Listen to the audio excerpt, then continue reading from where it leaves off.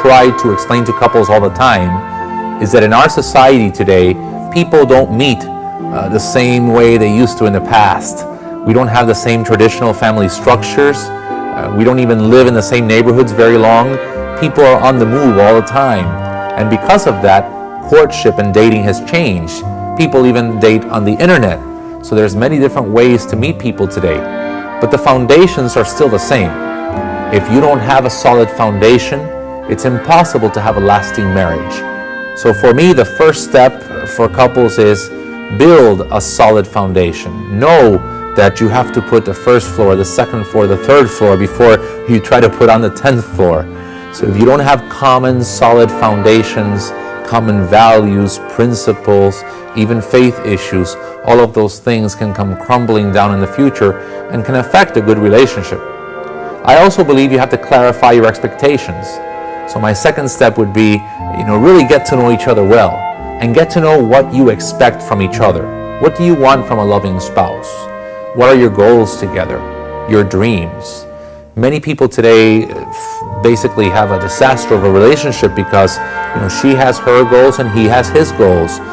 She has her career plans and he has his. And many times there's no collaboration, there's no togetherness.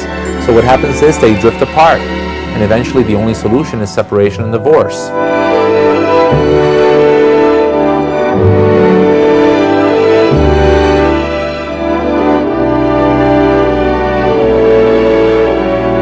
What you expect from each other. What do you want from a loving spouse? What are your goals together? Your dreams? Many people today basically have a disaster of a relationship because she has her goals and he has his goals. She has her career plans and he has his. And many times there's no collaboration, there's no togetherness. So what happens is they drift apart. And eventually the only solution is separation and divorce. And the reason for that is, if you're not growing together, you're growing apart. And so you have to clarify your expectations. If she expects to live in a mansion and he wants to live in a trailer park, there's a big difference there. And so you have to grow together, if not you grow apart. And one of the fundamental things for me would be honesty, transparency. Really give yourself to the other person out of love, motivated by love. If you love someone, you offer yourself for them. Christian love and Christian married love has that special characteristic.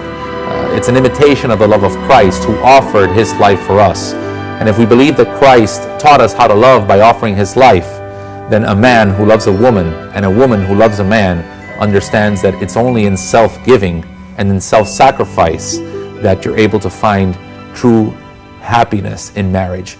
And happiness comes from authentic love. Benedizione dal Signore, giustizia da Dio, sua salvezza.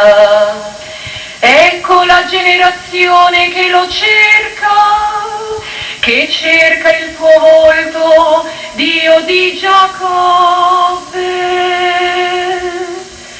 Ecco viene il Signore, Re della gloria.